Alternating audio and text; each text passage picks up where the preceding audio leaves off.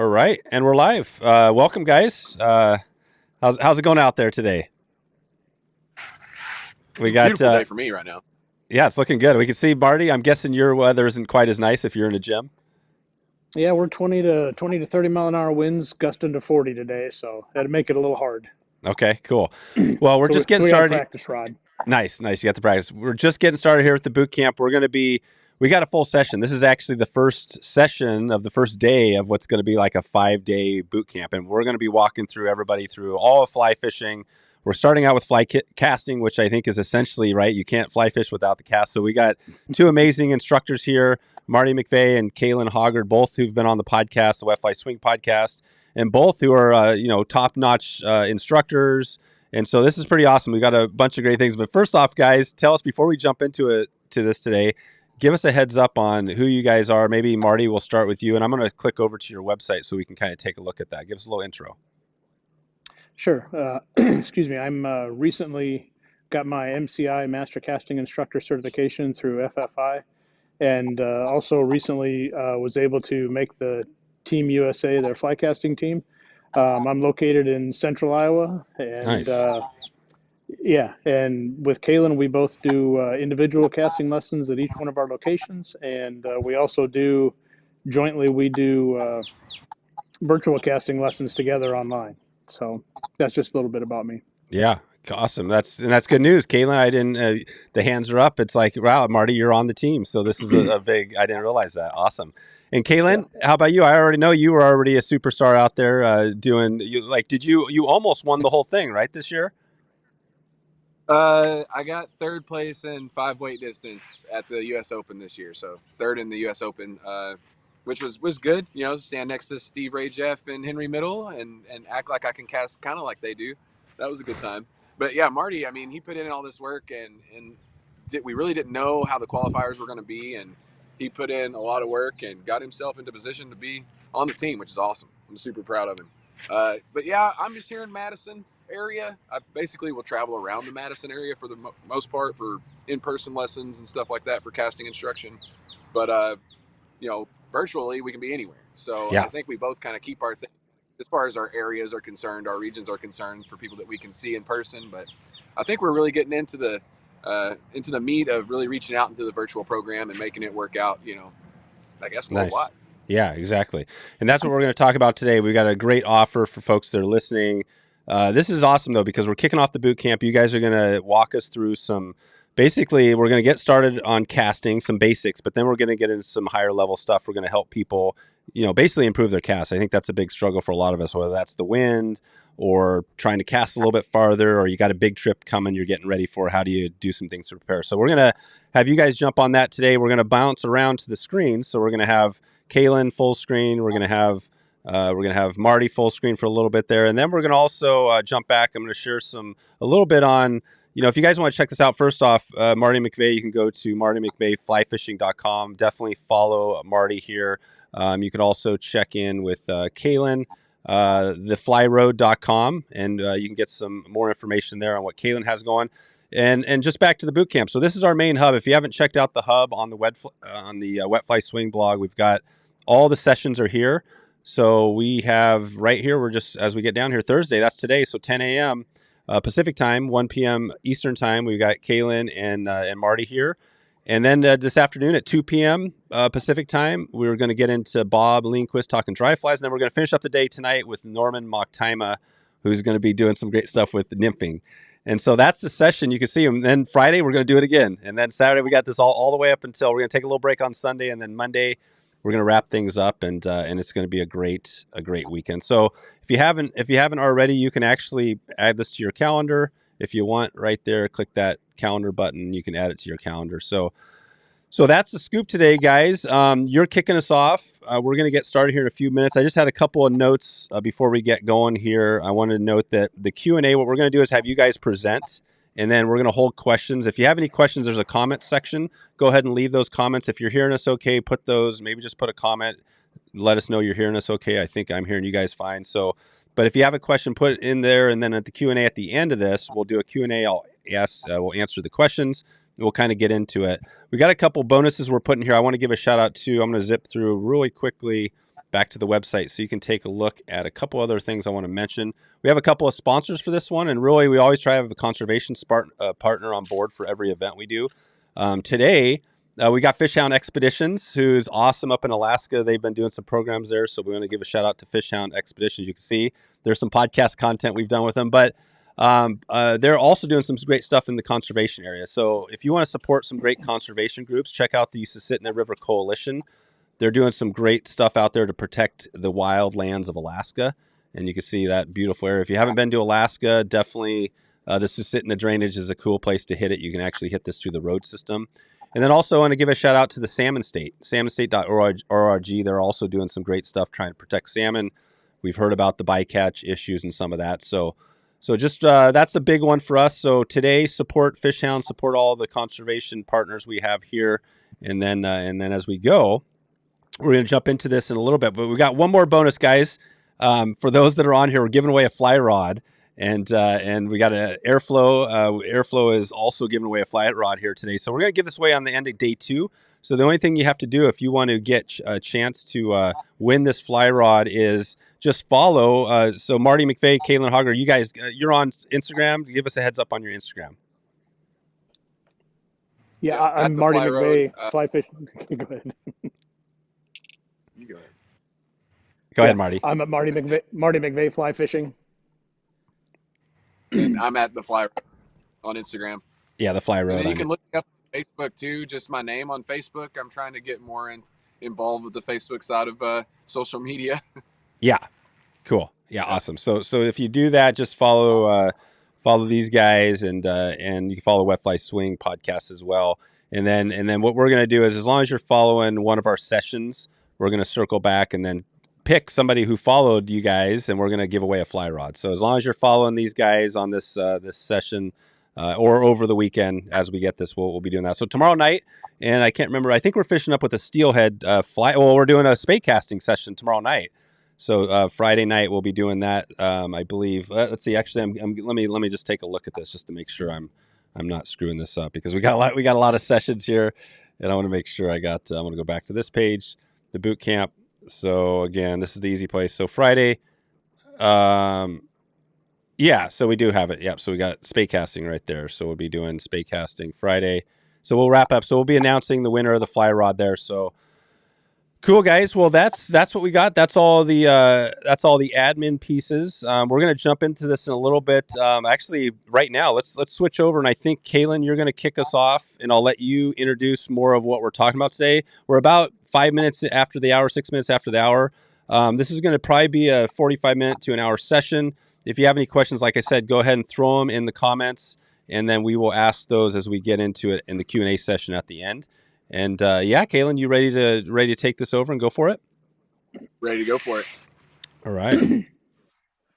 Well, so since this is a boot camp, Marty and I have been using the grass drill triangle method, and I'm pretty sure it was Lee Cummings that did most of the work on the original setup for those drills. But we've been using that for a long time. You've probably seen us with our 3 cones before for the triangle method or the triangle drill. And I feel like this is kind of the next step. Like, this is the next step for the feel of maybe the cast, more so than, directly speaking to angles. I'm trying to make it simple, and I think that you can still teach somebody to cast very well and not use as much terminology, even though some I think really do need it. So this is kind of how I start everybody now. And what's interesting is that I think intermediate and advanced people get just as much out of it as a beginner. And I boldly said to Marty one time that I thought that if I had a pretty good hand-eye coordinated kid, that I could teach him to fly cast without saying anything, just showing them this drill. Now that might be a big claim to make, but nice. I think I can. And so really all it is the wiggle up portion that I'm talking about now. And what I mean by wiggle up, you can start with the line about 10 foot of line outside the rod tip. So that's about what I've got. About 10 foot of line outside the rod tip. And if you sit and you point, straight out away from you, and you just move the rod tip back and forth a little bit, you'll see it'll make these little waves, right? And that's just because you're moving just a little bit, it's putting a wave down the line. Well, when we make a loop, it's basically doing the same thing. We're just putting a wave down the line. So instead of being really small ones, if you do bigger ones, you'll have a bigger wave, right? Say you get your elbow and shoulder involved, you have a really big wave, right? Now you might notice something. This looks a lot like a fly cast, but the only difference is I'm not stopping in these waves, but if I stopped at the end, I'm making a fly cast. And it's as simple as that. I think it's a really good way for people to start. Now, you can do a lot more than just this. Once you get the feel for the loop and you've got it to where you've wiggled it up and you've got everything going, well, now you can change the plane that the loop is in, right? You can bring it up a little higher, keep it horizontal. You can do a lot of different things with this. You can make a wider loop. So you can really work with this amount of line and learn exactly what it takes for you to make it move the way you want it to move in your hand. And really, that's loop control. Now, if you've got 10 foot under control, the best thing about this drill is you can just add a little bit more, right? So say you add another 5-6 feet. Once you've got that under control, you can come back down here in the middle, start with your little wave, and wiggle up is what I call it, just because it's the only thing I can think of. But you can wiggle up, and if you stop, it's a loop, right? Now, that's a little bit bigger. Controlling this loop's a little bit more difficult, so when you come up in the air, and you change your angles and you make a big loops, it's a little bit harder to control because you got a little bit more line. And then you can continue to add to that. There's going to be a certain point where there's a diminishing return. I don't think you really want to do this drill with like 75 feet of line out there, but this is a good way to start it.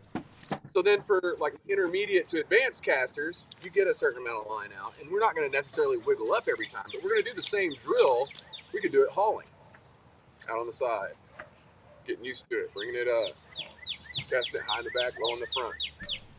Even more, you could get to where you're doing a lot of different things with your control of your loop, right? Making it big, making it small, casting faster, getting down on a knee like we have to do out here in the driftless, and lay one down where you're supposed to put it, right? Sometimes we don't have the option to be standing there with the rod strap in the air, so it's good to have this because then you have a bunch of different ways you can present a fly in a bunch of different scenarios where you might want to catch a fish. For the most part, that is like the boot camp version of what I'm doing. I know it seems really simple, but it starts, like I said, with that short amount of line, and it ends with something that I think Paul Harden really likes a lot, and it's worked out great for him. But it ends with walking around, right? Oh, walking, right. So he's doing, he knows that once you're walking around with it and moving and changing angles, there's something about your connectivity with your body that makes it a lot easier to, get your mind wrapped around how to move the rod in a way that'll make the loop that you want. Yeah. So what is that when you start with that wiggle? What is that doing? Is that just kind of training as opposed to just grabbing and trying to just shoot out, 30 feet? Well, for me, what it does is it allows you to know exactly how much force you need to use to move the line. And sometimes people overpower it, especially like if you're a spinning caster or something like that, or a bait caster before, and you move to fly fishing. A lot of times they'll overpower on the front, or they'll overpower or maybe they'll curl back in a certain kind of way or another. Yeah. But if you're doing that, you have those flaws. You're going to see it immediately, and you're not going to be able to maintain the loop. You won't be able to maintain control if you're making those flaws. So what it essentially does is it forces you not to. If the loops look good and so on and so forth. Now there is one more thing that Marty and I have talked about a lot, and I don't know how easy it's going to be. But there is one problem with this when we do it in the horizontal. Usually, whenever people move up, and they move up, and they move up, they're going to get to a point where they rely on their old knowledge. They rely on their old muscle memory. They get up here, and then all of a sudden, they've forgotten everything they learned down to here, right? And so there's only thing I could think of, and I don't know if it's too hard to do it or not, but I think you could do the same thing, but do it vertically, right? So you could start with your little wiggle. You make your wiggle bigger. And then what you do is you're going to stop, let the line straighten out, let it straighten out, let it straighten out. And that's the only thing that's different between the little wiggle and actually making a loop. Yeah. Should we get on the water when we get to the water? Is that that little wiggle out in front of you a good thing to start off doing? On the water, you could do it on the water too. It's just, on the grass is like the way that I usually teach people that particular drill. But you can do it on the water as well. There's fun stuff on the water you can do with pickups and getting slack out and stuff that would be similar because now you have a different amount of tension. Yeah, that's right. Okay, yeah, and I think Tom mentioned there the walking around, he does that too, and I think it's not easy at first if you haven't done that walking around and casting because it's like patting your head and rubbing your stomach, right? You got these two things going, and right. But what you're saying is just do it, just start casting and get like 30 feet out, 40 feet out. But what it seems like, if you're usually with the haul is what I like to use it with, more so than just casting without hauling. But with the haul, it seems like your brain is really trying to make you not fall down. Is what it seems like to me. And so it helps you get that of the haul, rhythm of the arm movement, and keeping everything in tune and actually having feel for the line more than like another way that you would teach somebody where it's all about degrees and angles and stops and so on. This is more of a get a feel for loop control in a way that I think anybody can do. Yeah. Okay. Well, I that's a think I good. would add there because Yeah, go ahead, Marty. you're going to see that when I get going. I'm going to be nuts and bolts, right? What I'm going to talk about is going to be, what are the 5 essentials? So they're basically the rules, right? That we try to go by. But having said that, Kalyn is very much one who is one about feel. And when you look at this drill, now after learn the drill, and then when you start to do some of the things that we're going to talk about together with the 5 essentials, the 180-degree rule, you can get very mechanical in terms of what you're trying to do to make good loops. Is my casting arc just right? Is my acceleration just right? And you can really go down rabbit holes really fast. And when you start going back into the type of a drill, and I'll let Kalyn finish up, it's a way to just let your mind go and let your body start feeling what you're trying to do rather than trying to mechanically force everything. Kalyn? Mm-hmm. Yeah, I mean, and that's you're hitting it right on the head, Marty. When I'm doing it, I'm going super slow. Like I said, you could teach a beginner with this way. An intermediate person needs to know it, and an advanced needs to know it too. But for me, in the advanced portions, I'll get to a point where my line's pretty far out there. But instead of just making a cast at this distance, I might do it as slow as I possibly can, you know, and still have that loop come over and lay back down, right? And if you can get to where you can control that loop at that speed, you'll find that you can actually throw it farther than you thought you could. You just weren't casting very efficiently, and being able to slow that loop down, speed that loop up. It's kind of this all-in-one encompassing drill. There's a lot of different facets to it, but it's all really leading to the same thing. Yeah, that's awesome. Yeah, I think that's one of the challenges that we get into on casting. You feel like, man, you got to punch it harder to get it there. But what you're saying is you could actually slow that loop down and go slower, almost as slow as you can get it. And then if you could do that, now you're really at that next level. It's a funny joke that Bruce talks about all the time, that he had a guy that was a Florida caster, a guide, a captain or whatever from Florida. And they came up to Montana and used the casting analyzer.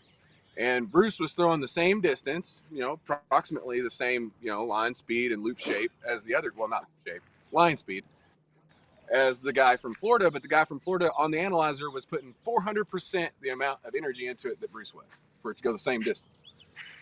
And so there you go, right? The guy's overpowering every hand to get it to go there, and Bruce just kind of, there it is, Yeah, awesome. And you're talking about Bruce Richards? Yes, Bruce Richards, yeah. Bruce Richards, awesome. So yeah, and we'll have, today we're definitely going to hit on this session for people that want to take this further on the casting. We've got a bunch of podcast content. I've had Kalyn and Marty both on the podcast. We had Bruce Richards on the podcast, and a lot of the guys So we'll get some links out as well as we go to some of those resources. But yeah, maybe Marty, now are we going to jump in and have you take over and talk a little like the 5 essentials? Is that our next step? Yeah, I think that's where we'll go with it. Okay. Good. Well, go for it. Yeah, when we start, everything we talked about with what Kalyn was doing, we really try to refrain from talking about using specific terminology. It's a lot more general terms, do this, do that, a little bit wider, a little bit narrower. In this section, we're gonna talk a little bit more, I guess, in more detail. When we're fly fishing, the biggest impediment we have to being able to throw far is going to be air resistance, right? So what we need to do in order to overcome that is we want a loop that's going to cut through the wind and deliver our fly just the way we want it to. And in order to do that, we want a loop that has a straight top leg, okay? And there are 5 essentials, plus we'll throw in the 180-degree principle. So basically 6 rules that you're going to try to manage in your fly cast to help you generate a loop with a straight fly leg. So just so we're all on the same page, I'm gonna, we'll throw this piece of, we'll throw throw my fly line up here for my practice rod, and over here is the nose of our loop, right? And I'm sorry I can't make this Yeah. a little bit bigger. Yeah.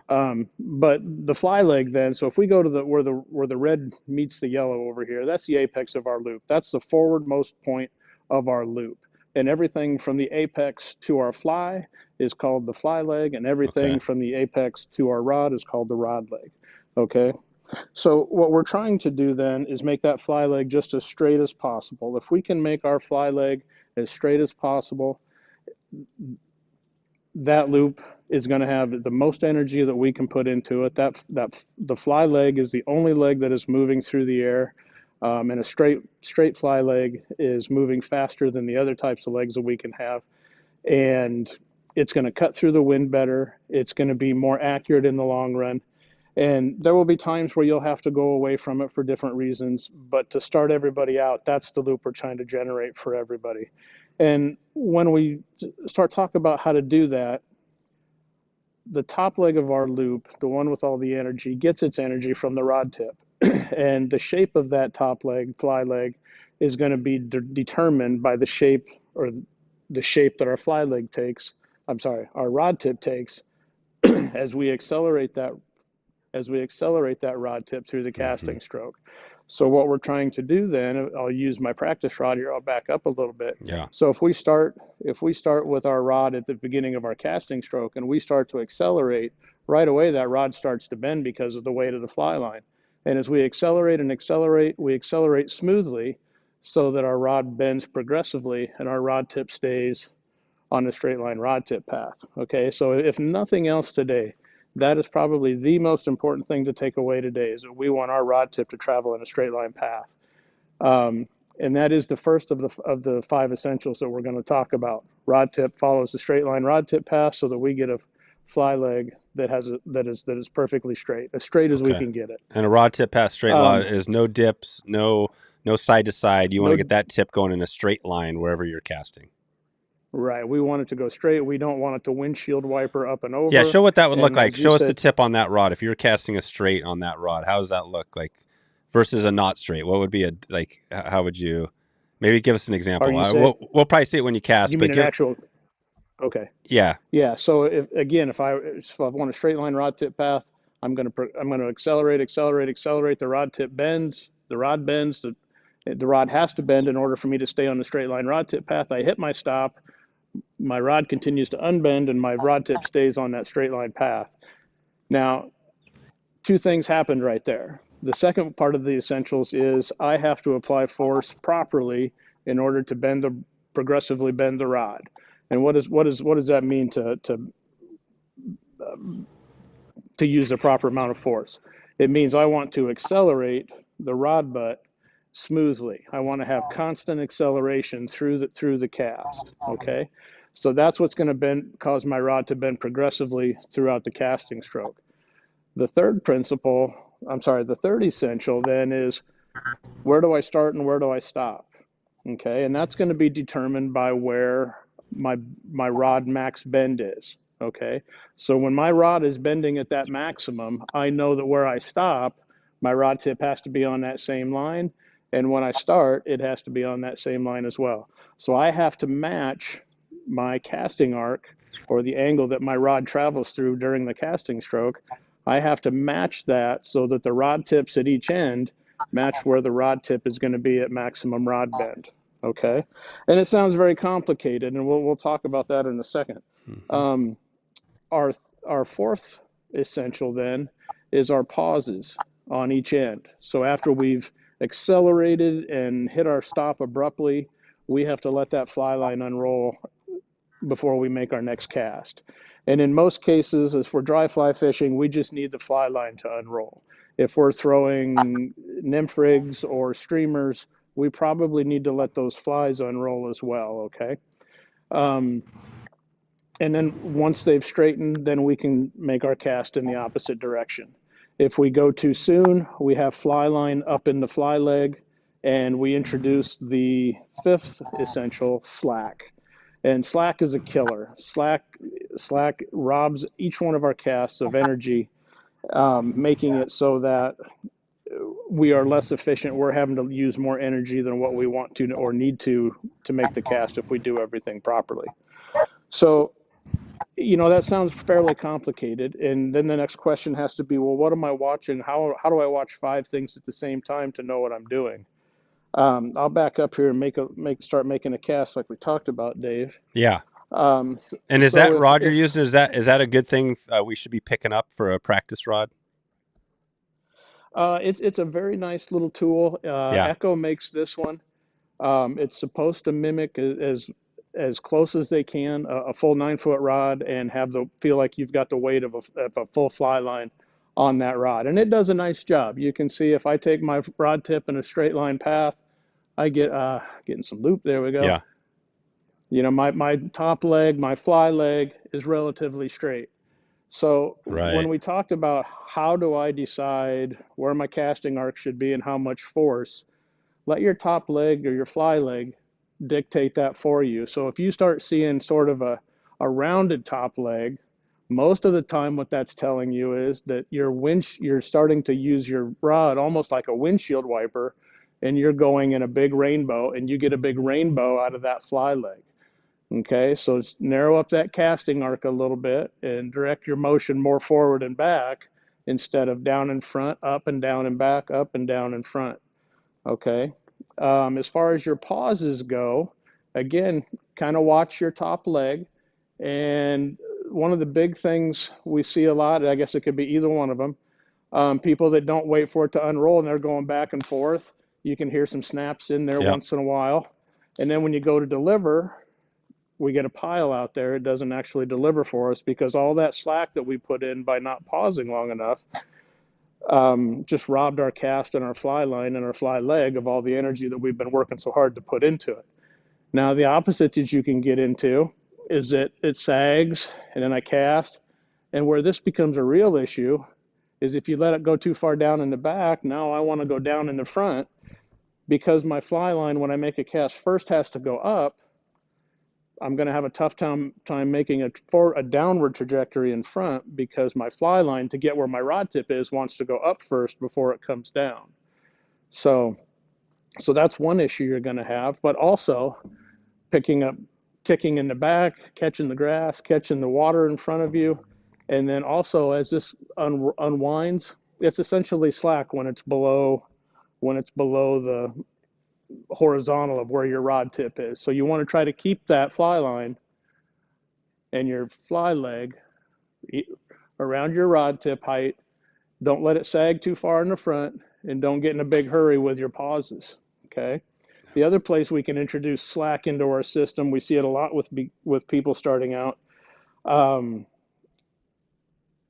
can attest to this. When you're on the water, when you're fishing, your rod tip's always on the water, right?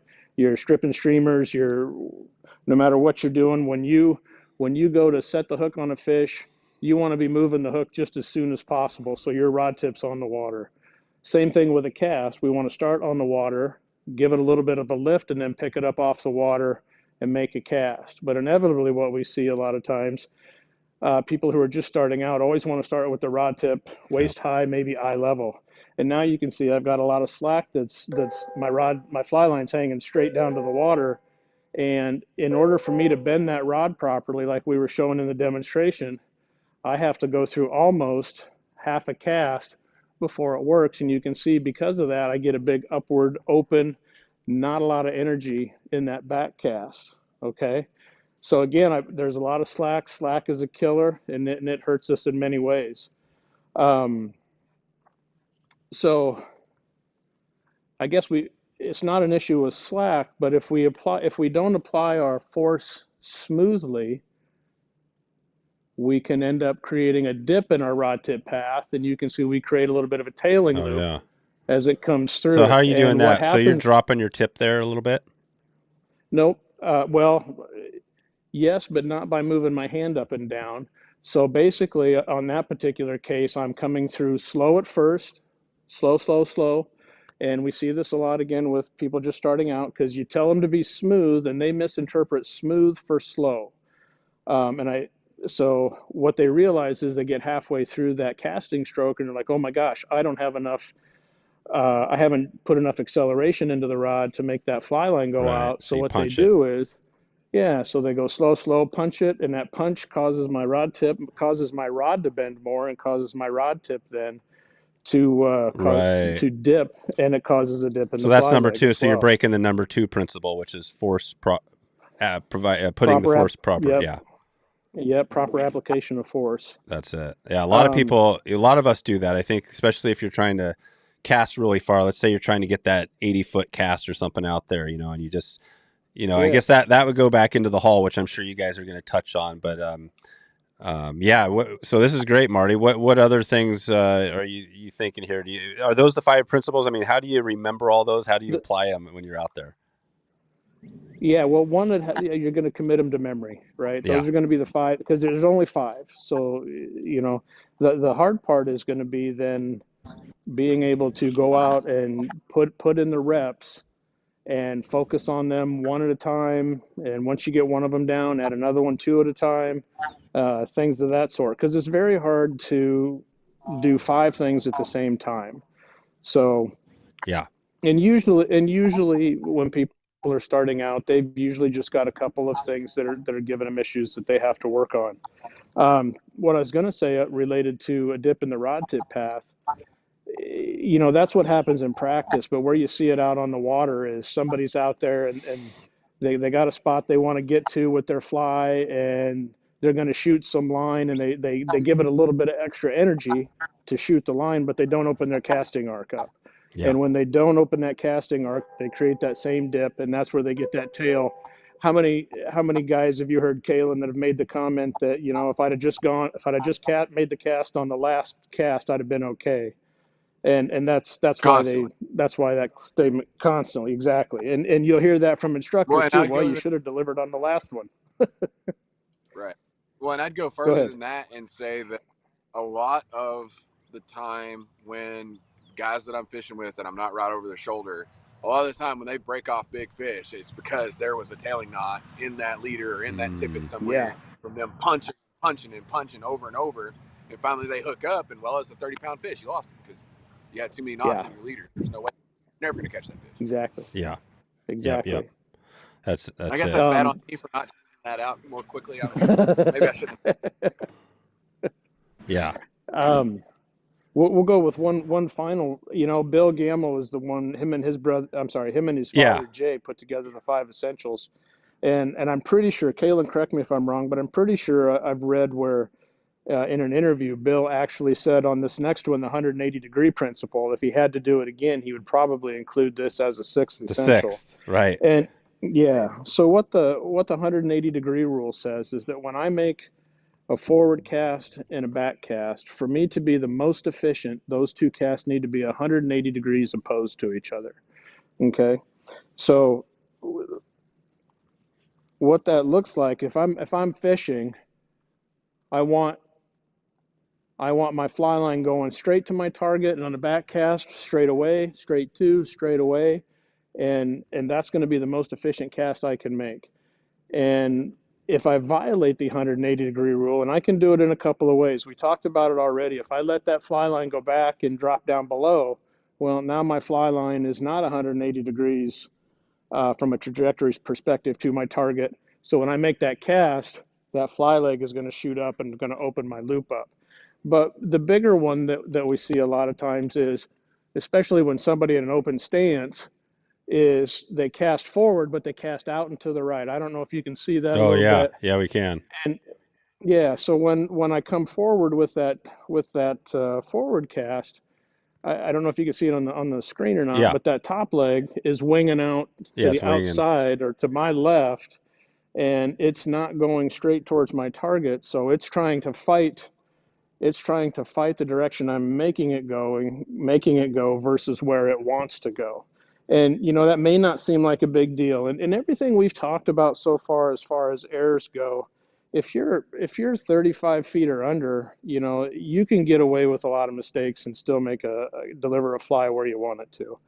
But once you start getting out there past 40 feet, all these things really start to become more important. And especially when we talk about the 180-degree rule, if you're going to go out and do some saltwater fishing, it can suck up up to 10, 15 feet out of a good Mm-hmm. cast. So, if you're trying to throw 75, you might only be able to get it to go 60 if those aren't lined up properly. Yeah. So, Gotcha. So when you're coming in the back, if you're doing that sidearm out the back, you gotta, when you do your forward cast, be at that same sidearm type of yeah, angle as opposed to yeah. exactly. Yeah, Well, exactly. and aim with the rod tip. You're Yeah, aiming with the rod rather than your eye, because when people are out on the side, they're so far out there.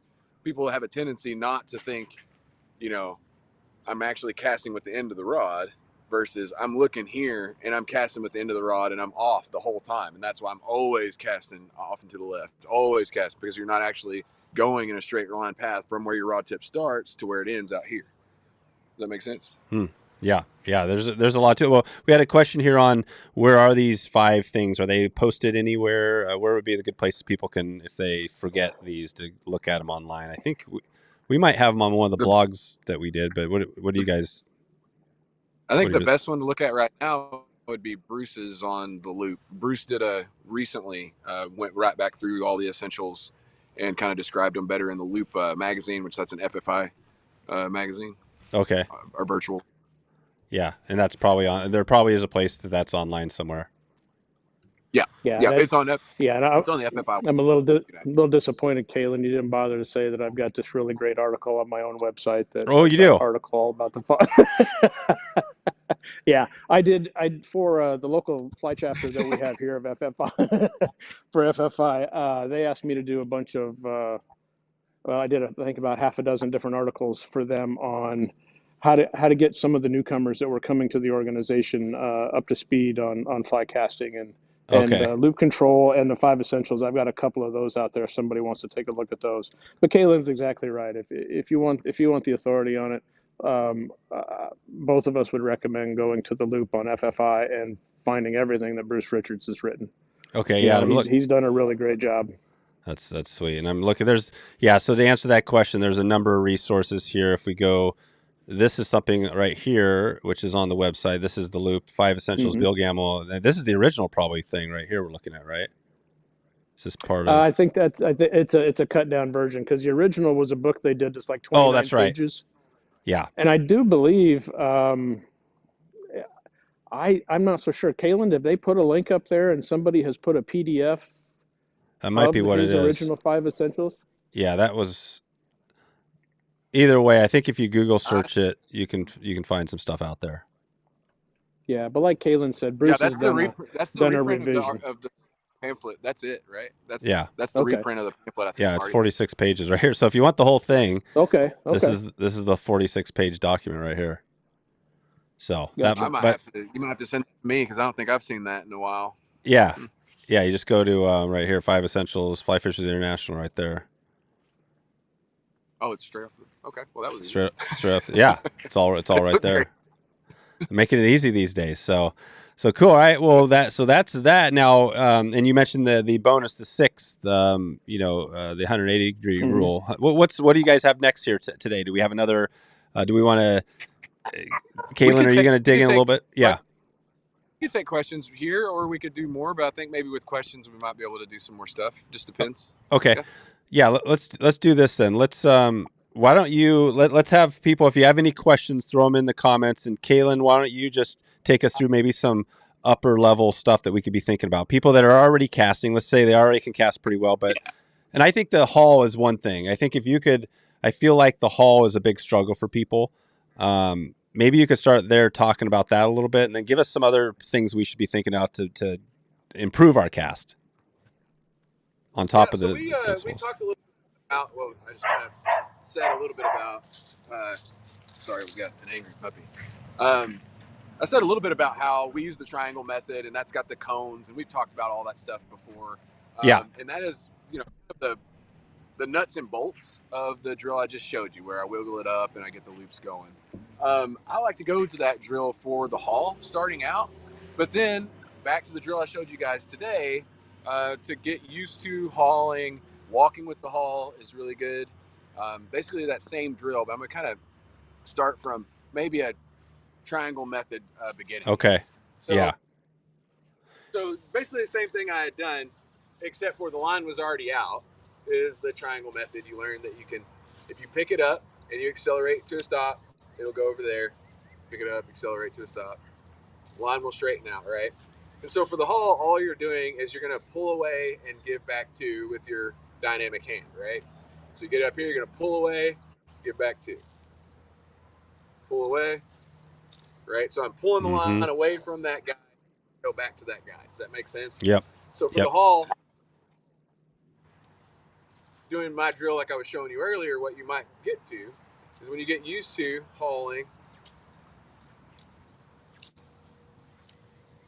and then you can change directions with it. And then there's something like what Marty was talking about, something that you use in a driftless a lot that might be closer to an advanced thing. So if I have to throw it up above something and then come down below to deliver, I have to be really cognizant of that 180 degree principle, right? I've thrown it up behind me to get over something. I've got to make sure it gets in line so that I can cast underneath something in front of me. I have to know where that line is so I don't violate the 180 principle and throw a tail or something, right? Mm-hmm. So I'll show you that again. This is just the haul part like we were talking about, and you can do the drill this way with the haul part. But then talking about the 180 degree principle, I throw a lot up behind me and come in and throw them low in front of me because I can line it up and hit that shot, cast it over the grass behind me, and then throw it underneath the branch in front of me, for example, like somebody would do in an advanced casting fishing situation. So that was one of them. And two, I know we kind of just walked by it a little bit, but what I mean to say with walking and hauling, be careful because you're going to trip over your line every once in a while. But there's something about the way you're moving your feet and how those steps match in with your hands that really make it kind of easy for me. I think if you're standing in one spot, it makes it a little bit more difficult even. Once you start getting used to having that line up in the air, changing directions, going over the other side, Yep. But yeah, having that kind of all in one, that would be a really good tip to how to use the 180 to your advantage, right? Okay. You can throw the loop way in front of you, and you want to throw it down, so you got to wait for it to get straight, and then you can throw it down. Yeah. Does that make sense? Yeah. And when you're hauling, when do you, if you're trying to get more and more line out, are you hauling and then letting line slip? Yeah, talk about that a little bit. How do you get the furthest? Let's say you're trying to make a giant cast as big as you can do, right? What do we need to know? Well, so, what I'm thinking about for the most part with the haul is that I'm trying to haul at the very end of the cast, right? I'm trying to wait, and haul at the end if I want it to go really, really far. Okay. So with mine, it's good starting out to haul all the way through.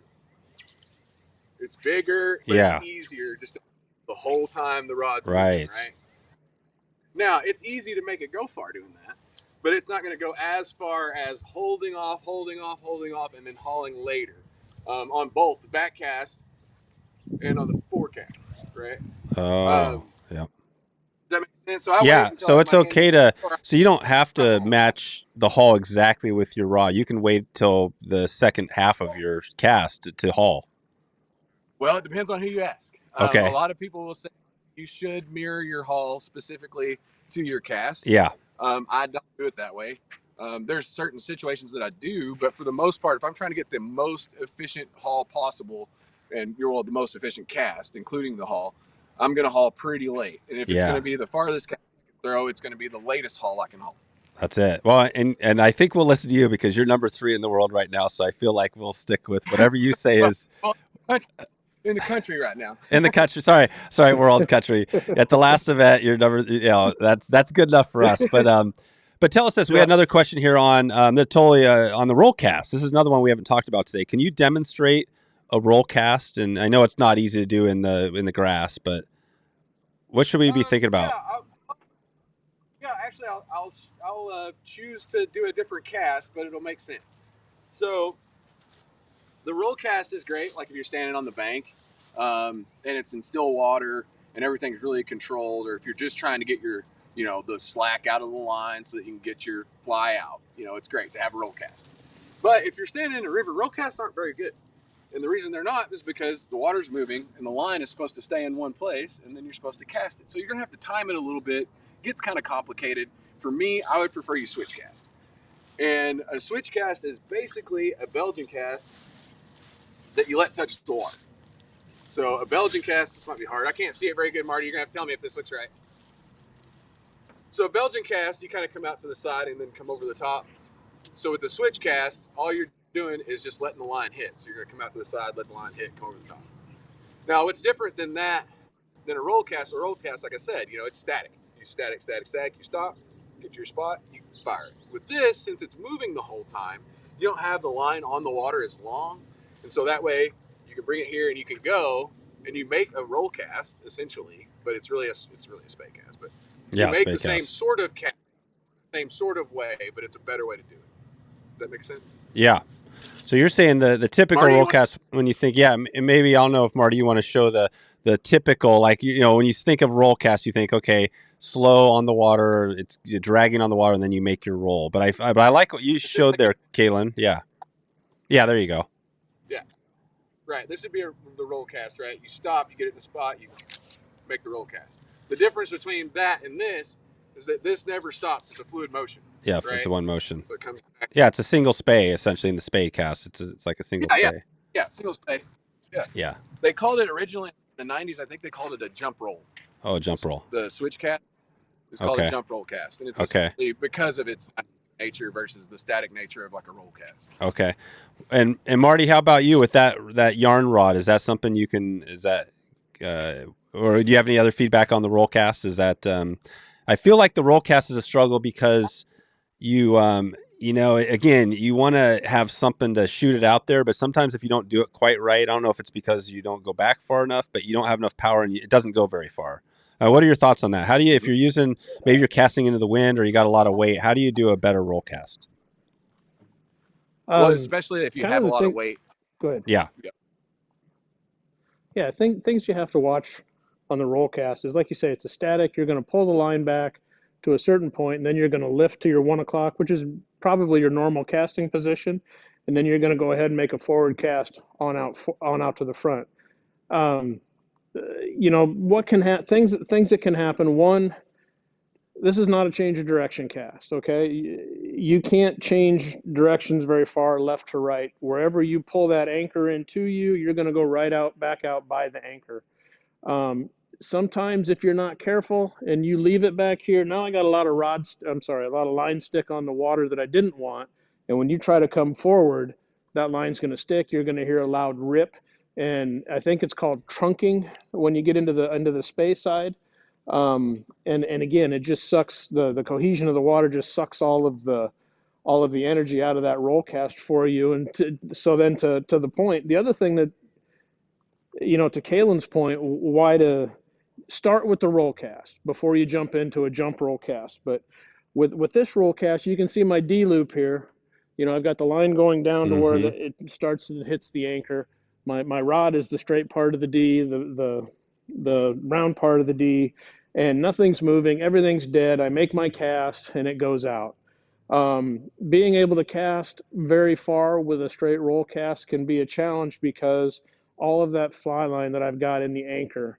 So when you execute a roll cast, you're going to have to put a little bit more energy into it than a normal overhead cast because you're only energizing the line in the D loop that then has to be able to energize the line coming off the water in the anchor.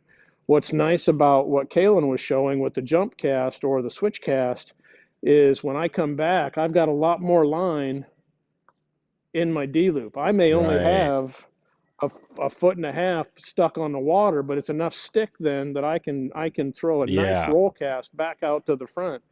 And because of that, I just went from being able to roll cast maybe 35, 40 feet. I can throw that 65, 70 feet now. Right. That's a big advantage, especially for those guys who are going steelhead fishing. I've got a guy now who's asking about learning to single spay.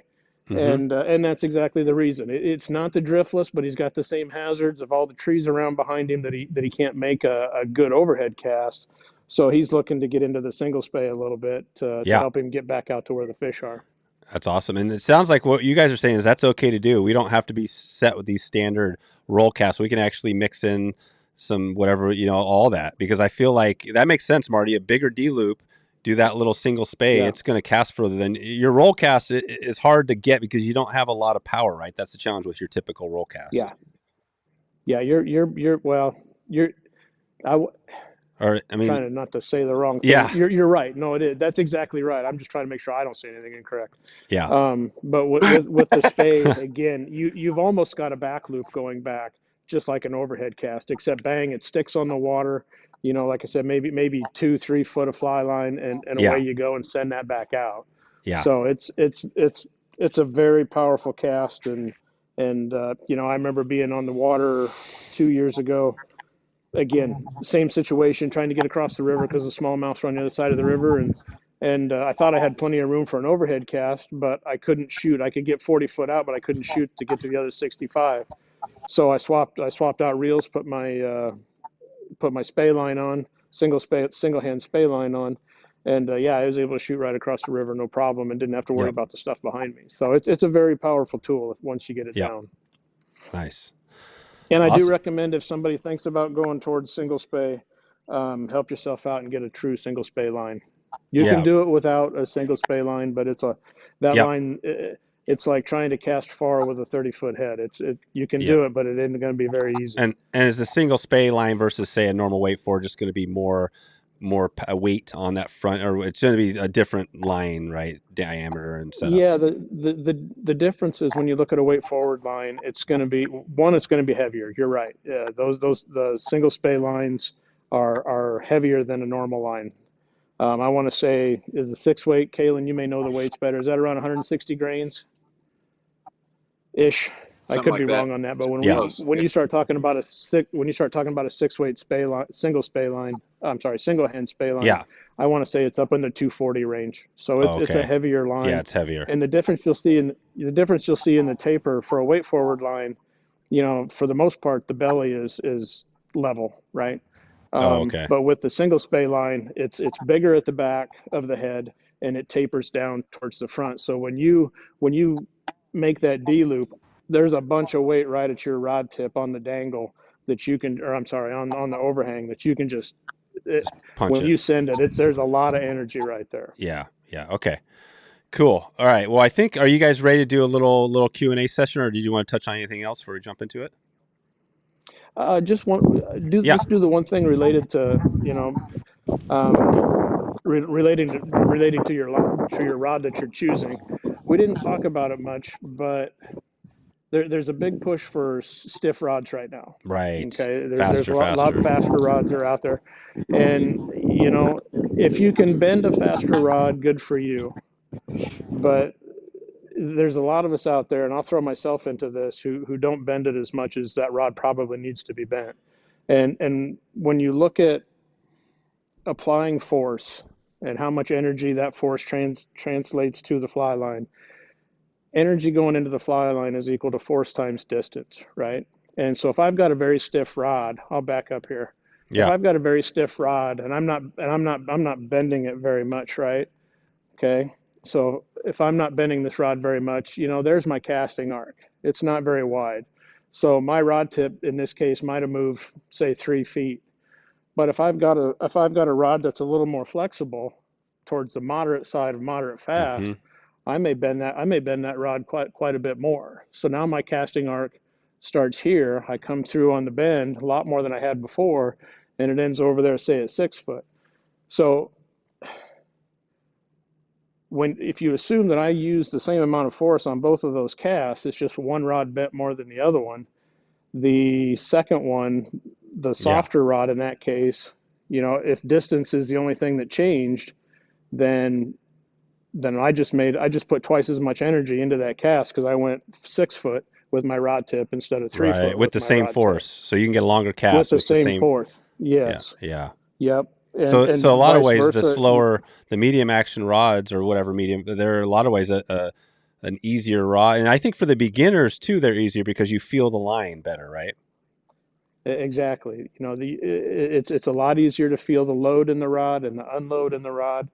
And that's not say don't buy the fast action rod, but if you're having trouble with a fast action rod and trying to get it to cast far, or you feel like you're putting a lot of your own energy in it Yeah. more than what you think you should, maybe think about overlining it. Maybe if you've got a Mm, if you've got a 5 weight, put a 6 weight line on there and see if that'll make it bend a little easier for you, um, rather yeah. than going and buying a whole nother rod. So Yeah, this is a great. That's a big thing we're running into Yep. quite a bit with people that sometimes the rod's a little stiffer than what they can handle. Yeah. And Are and you seeing that? I've got Are you seeing that with people you run into? Like there's a little, they don't have the right setup, that's too stiff, or something's going on where, and you could fix that, and all of a sudden you see a big difference.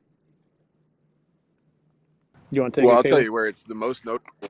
Yeah, where it's the most noticeable is on the casting ponds when we're with the team. I mean, we've got different strengths out there and different styles of casting and different rods and everything out there. And you can tell like certain people can bend the rod a certain amount and they're going to have a cap on what they're going to use for that. So for example, I'm probably going to end up throwing a 10 weight for 5 weight distance, 10 weight rod, And where I'm going to I throw can an bend 8 it. because I can't bend that. Yeah. Like Marty will throw 8, I'll throw a 10. I think Henry Middle and Rick will probably throw heavier than I can, Right. and all the way down to I am with a certain kind of cast, I throw it just as far with a 6 weight as I do a 10 weight. But with these casts being different and these rods being different, there's a lot going on there. Wow. Yeah. Yeah. And a lot of times too, guys are coming in and into the fly shop, and some guys just decide that they want the best, right? And best is Usually it's fast. subjective. Yeah. Well, Right now, usually it's usually expensive, right? You Yeah. distribute yeah, value and best with the cost, Yeah. and a lot of those high end rods are fast, so Yep. you just have to watch out for that, and Yeah. help well, yourself and out as shameless much as plug. possible. Let's put it that way. Yeah, I mean, two examples of rods that have been relatively inexpensive for a long time and been really good is like the classic trout from Reddington. Is well known for not being a super expensive rod, but had a good moderate action to it, and it still does. They just redid it recently. Yep. And people would pass by that, which would be a great rod to learn on, and Yeah. try to buy something more expensive that they never need, really. Yeah. Yeah. I think it's Yeah. an interesting conversation because there's a lot of confusion. I think we had Ed Jaworowski on recently on the podcast, and he talked about how the grain thing, and there's just so much, and even the line companies, he was weighing the lines, and he said even within line companies, they weigh differently. Right. That's true? Right. You guys are seeing that too? Yeah. So, Well, I mean, even within a line company, there'll be different weights too. okay. Like the same, you can buy the same and it weigh different. Yeah. Yeah. This is every all. every That's time. good. Well, we'll save this. I think this is a good podcast topic to follow up on to dig in deeper. But I think we're going to again the Q&A, and this is actually a perfect transition into what I wanted to give a shout out, because if people are listening here and they want to actually get casting instruction and take this to the next level, you guys have a pretty cool thing you do online, and you're able to basically have somebody submit videos, and you can do some casting instruction online. So maybe give us a little snippet on that. Do you guys want to talk about what, for those that don't know what that is, what is it you guys do there? Yeah, we've Go ahead. been doing it for a couple years now. Been really pleased with the outcome that we've had. Basically, it starts off somebody reaches out to us through our websites. However they found us, could be a lot of guys coming from the podcast. Dave, appreciate that a lot. Yeah. But they'll come to us with a goal. We got a gentleman right now. He's headed to Marco Island in a couple weeks. He signed up with us at the beginning of the month, and we start out with a FaceTime, and we kind of get what his goals are and where he's hoping to get to, and we have everybody send us an initial video to see where we're starting from, to see what's realistic, and the first thing we do then is kind of what we did here. We're going to go through just some terminology so that we're all on the same page, and we've got start off with a half a dozen videos that we will send, that were kind of pre-made videos that are instruction related to loop formation, 5 essentials, casting, false casting, pickup and lay down, roll casting, and they'll go through those and review those, and then we ask them to again provide us, for example, a 40-foot false cast, and after seeing that and after they've had a chance to work on it, and then we provide feedback through an app called OnForm. It's how we communicate with the customers as well. And through OnForm, we can speed that video up. We can slow the video down to highlight certain things.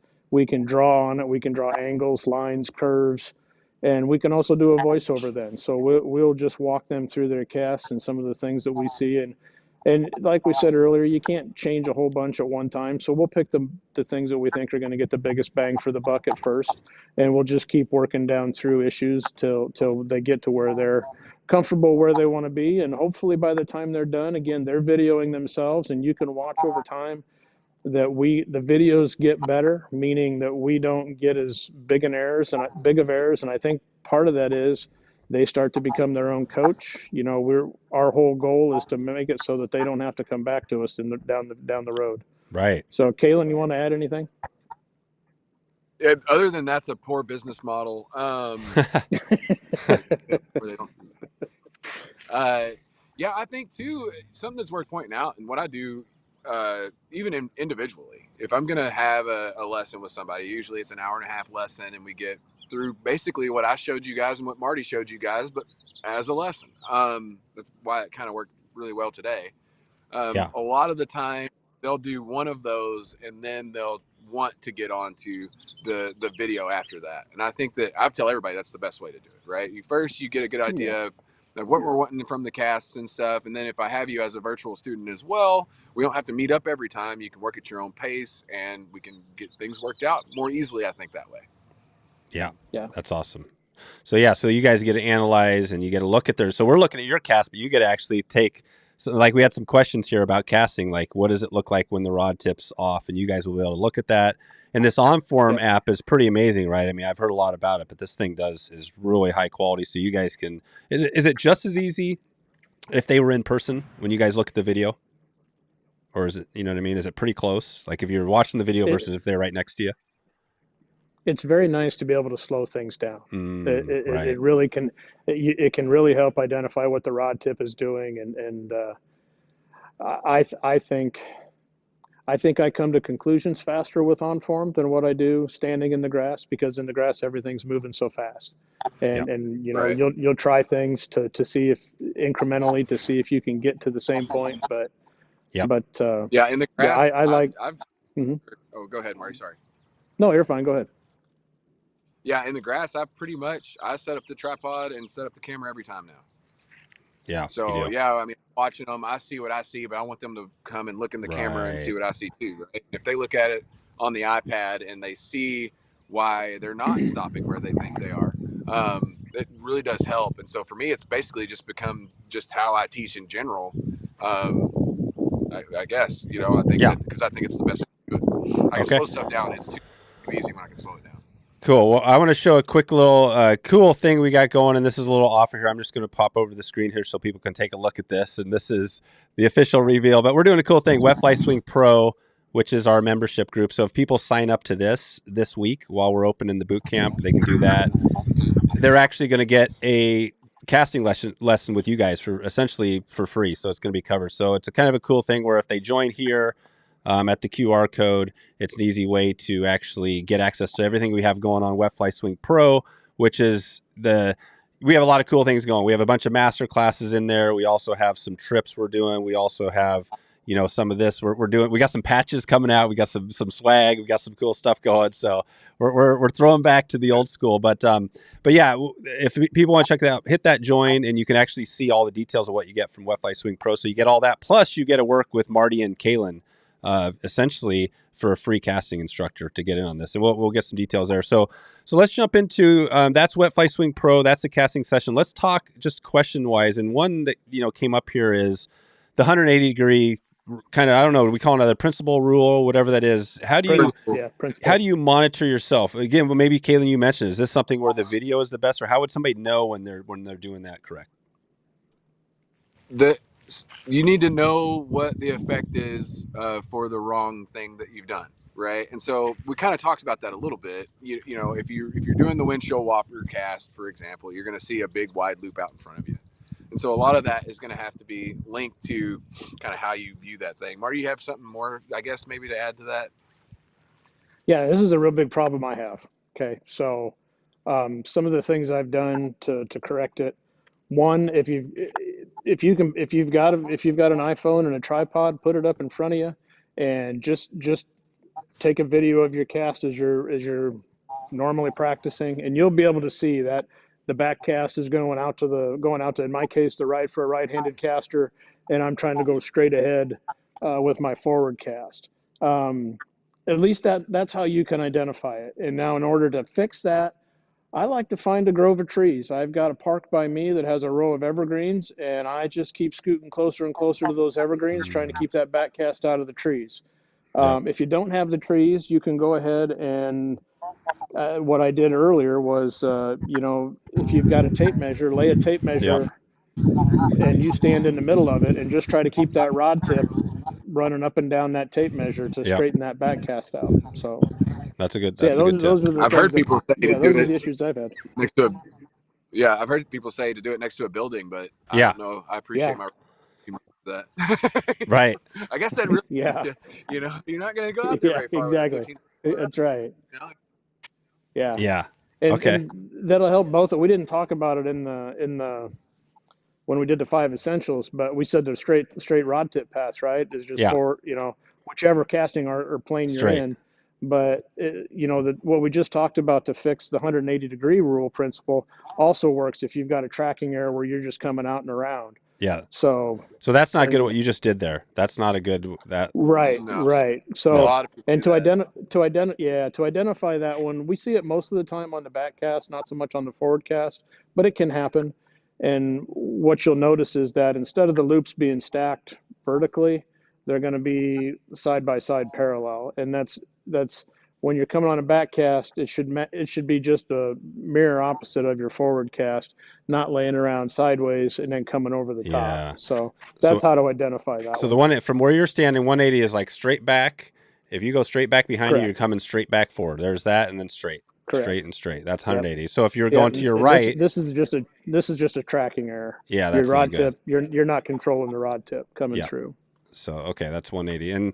And so for anybody on here, if you have any questions, go ahead and throw them in the comments. This is kind of the Q&A section. We had a session here. We had one on. He says, Drew said, "I've only been at this a few years. My casts always feel great when I'm practicing, but I can't seem to take that with me on the water.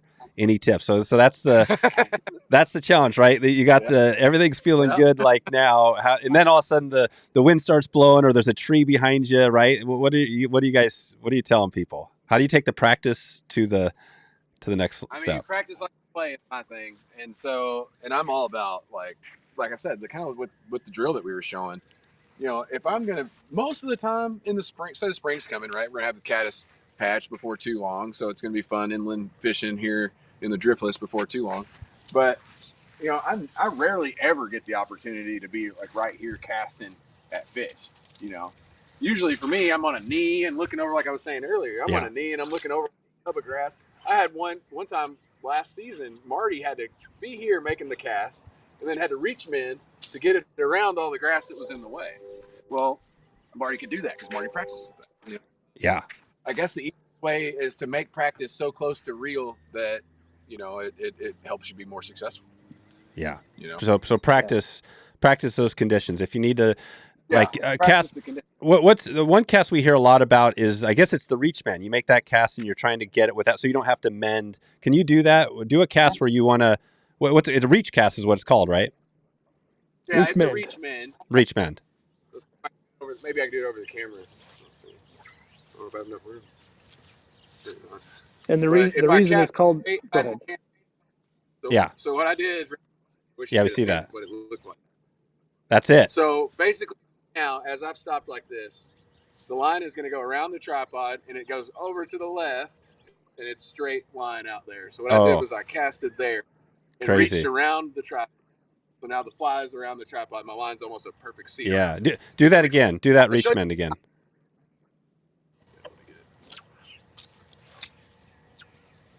Oh, that time I caught the. Oh, you caught it. I caught the trap. But that's the idea. You're putting a mend into the cast, so now when it hits the water, you don't have to mend because it's already mended. Yeah, it's already set up. That's sweet. Marty, did you have any? Yeah. The fly is the first thing that's coming downstream. All the line is behind it, and you can adjust that mend to if there's a faster section or not. You can put more of the mend where the faster section is, and so on. But you can do all that with just the reach. Okay, cool. What about, so that's one. What about some, I don't know we probably don't want to call them trick casts, but what are some other casts that we should be thinking about doing out there? Are there some other ones that are important to, Well, it's you know? interesting that you say that, because for the weekend I have demos at the Greater Water Expo where I'm supposed to be doing trick casts for the driftless. Oh, nice. Specifically. Nice. And that reach bend is kind of in there. I think that if you fish upstream with your dries mainly, you being able to cast upstream and reach men to the side is the best cast you can possibly have. Because you're always going to be showing fly first. And you won't spook all the fish behind it. You're keeping the line off the fish that are in the run. And so it's fly first all the way down. And for me, it's not a trick really. You're just doing, the movements you make to get the fly to be and the line to be where you want to. Yeah, and when you cast, is it just as you make your normal cast and then do you just drop your arm down to the water sort of thing? No, you come through and you come to your stop. And then once you stop, you move. You just move it. You're not going down. You're just moving to the right. Yeah, if I was going to do one, say I was going to mend to this direction because it's mirrored for me. So if I was going to reach this way, I'm going to come through with my cast, come through. I'm going to stop, and then I'm going to reach, and then I'm going to come back, and that would put just a circle. Oh, you're going to come back. So you reach, then you come back. Yeah, if it was a full reach mend, you can just stop and just reach and leave it there when it hits the water, and then fish it, and then you're having basically a line across like this down the river. Gotcha. What about the reach when you're casting straight out and you want to get it? Do you ever reach like straight ahead? You know what I mean? Stop and then go straight ahead. Would that be a reach cast? You know what I mean? Is there other types of reach casts you might do, or maybe the opposite way? Right. Well, there's a lot of different ways to, so we could get into a very hairy topic there. But there's different ways. You can do it to the right or to the left. You can put C's in them. Pretty easily. So like you might want your line to have a C in the middle of it. So your fly's here, the rod's down here. Right? Yeah. You might want C because the fastest part of the river is coming right where the C is. And so that way it straightens out slowly and then everything goes together at the same pace. Okay. And so you can do that. It's aerial mending. Aerial mending. Okay. Yeah. These are probably hard level. These are probably, Expo. At the expo. So what is and you're hitting the expo. This is this week? Yeah, Friday, Saturday, and Sunday. So tomorrow's my first day at the expo. And which expo is this? Greater Waters. Okay, Greater Waters. Cool. So anybody, maybe we can catch you there if people are logging. This is in Wisconsin? It's in Minneapolis, Minnesota. St. Paul. Yeah. St. Paul, Minnesota. Yeah. Cool. Paul. Awesome. Okay. Hamlin University for those interested. What is it? Hamlin University for those interested. Okay, Hamlin. Good. And where are you at, Marty? He's going to be Okay, go ahead, Kalyn. Yeah, Marty's going to be giving lessons there. I think it's going to be super valuable for everybody to show up and make sure that Marty gives them a lesson. There you go. Don't let him kid you. Don't let him kid you. He's giving lessons too. Nice. Yeah. We did 215 lessons last year in 3 days. Oh my gosh. Yeah. Wow. Not just us. There was other instructors. Other instructors. But our council did. Okay. Oh, right. Yeah. And were the lessons similar to kind of some of what we're doing today, talking about the principles and breaking down? Yeah. Very much. Oh, yeah. Very much. Very similar kind of stuff. Okay. Yeah. This is great. Well, so one that comes up a lot is the wind. I feel like the wind is like, it's the X factor, right? So we had a question here. Could you guys talk about how to alter the cast for heavy wind? So let's just say, and there's some point where it gets so heavy, you're probably not going to be casting, but when it's pretty heavy, whatever that means to you guys, what do you guys do? What are your tips? I really try to make sure that I'm casting the way I want to, right? Marty, is that what you're going to go with? What would you say? I really make sure that I cast exactly the way that I want to cast. Oh, yeah. Because if I'm casting the way I want to, it's going to be super straight. And like what it comes down to with all of this is it's making sure that everything's super straight. Yeah. Yeah. You don't have a lot of tools. You've got a straight top leg, line speed, and trajectory. Those are the three things that you've got that you can manage to manage the wind. Right. Yeah. So tip. Yeah. Yeah. One thing we hear quite a bit is, cast sidearm, get closer to the water because the wind's not as fast down there, which is not true. But I will say, if you're casting overhead like this there's something called form drag. It's like sticking your hand out of a car window, right? Mm-hmm. If you've got your hand pointed straight at the wind, Right. you can float through there no problem. But if you turn it and Yeah. put your hand in there, the wind sometimes just pull your hand back. Well, same way on the water. If I'm casting from high to low, now we're talking about the impact on the rod leg. As that line goes down, and even going to be the fly leg as well, you're exposing a lot of fly line to a wind coming straight at it. So what I like to do is actually lay it over, but then what I'm doing is not that the wind is less down there, but I've got my fly line, rather than being like my hand up. The closer I get to the water level, now I'm kind of going right into the wind. I've got a lot less form drag on my loop, and as long as I've got a straight top leg, I'm going to cut through that a little bit better. Okay. And And this, it's going to have less impact on my final cast. That's my opinion.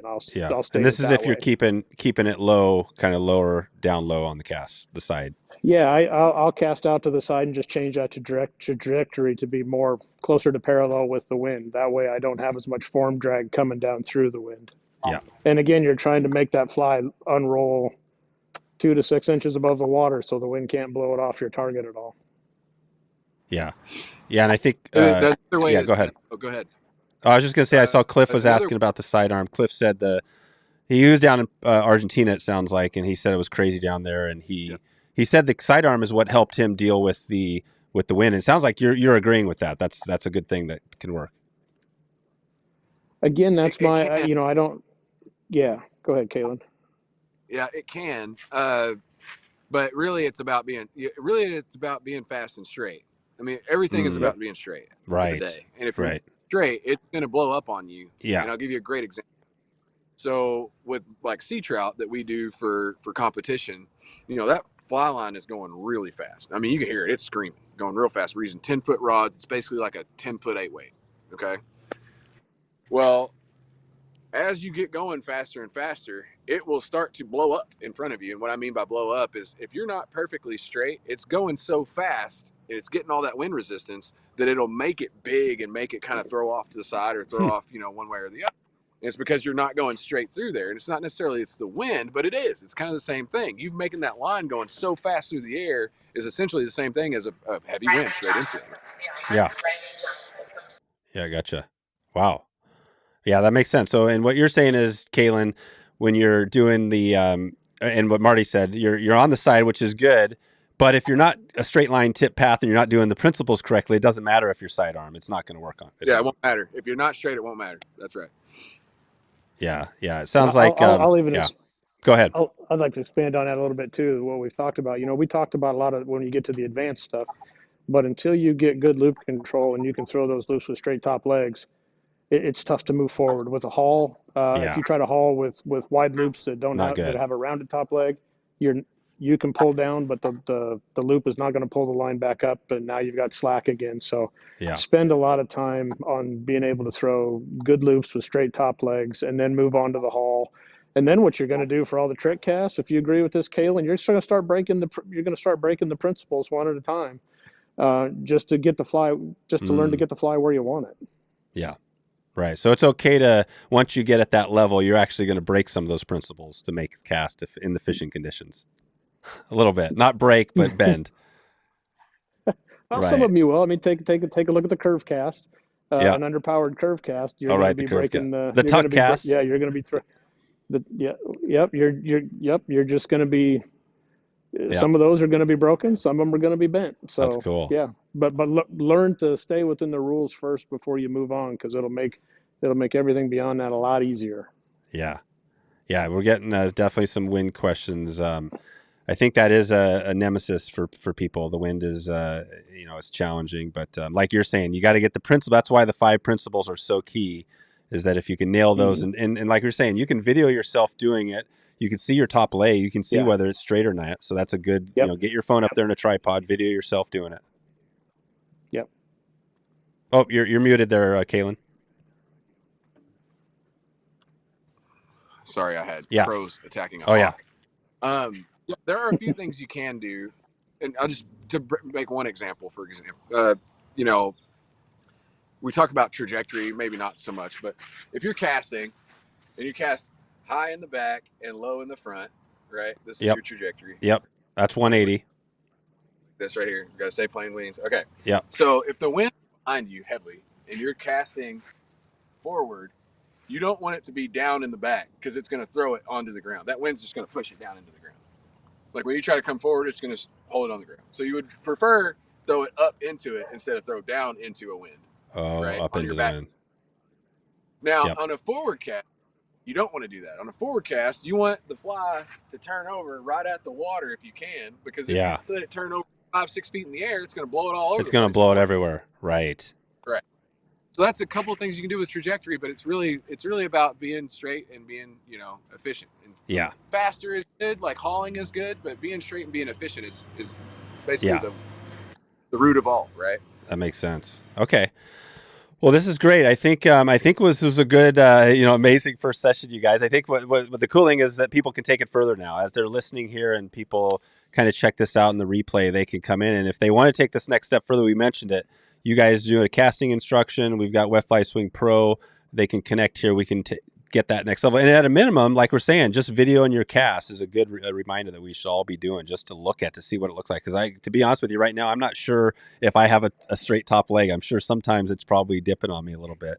But we all do. Yeah, we all do. Yeah. So that's another good reminder. Even the pros, you guys aren't 100% perfect on every cast, right? That's right. That's right. Nice. Okay. Well, any last words before we get out of here? This has been an amazing session. You guys want to leave anybody with as we head out the door and they head off to whatever's next? Well, let me just make note. The boot camp is going today. So at 2 p.m. Pacific, 5 p.m. Eastern time, we've got a dry fly session. Bob Lindquist is going to have an awesome session today. He's going to talk dry fly. So if you're interested in trout, don't miss that today. Go to flyfishingbootcamp.com and you can track that down. But at least for this session today, guys, what else do you want to leave people with today? Any words of wisdom? And Kalyn, you might be muted still. Sorry, still got the crows. Yeah.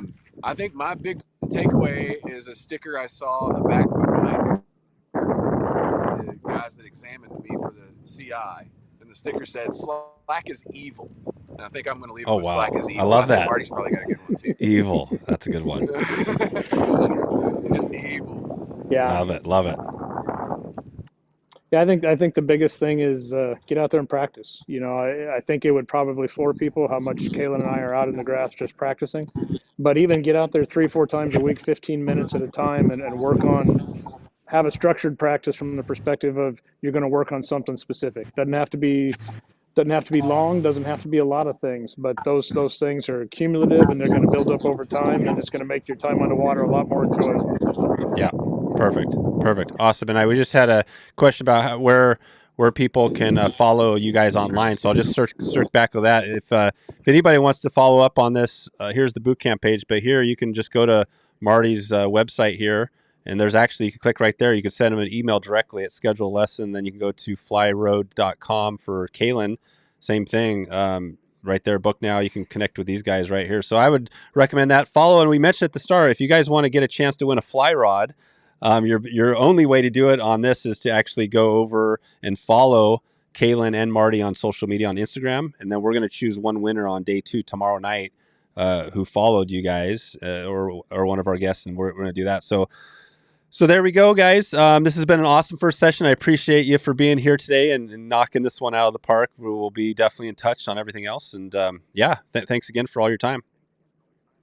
Oh, I appreciate being asked.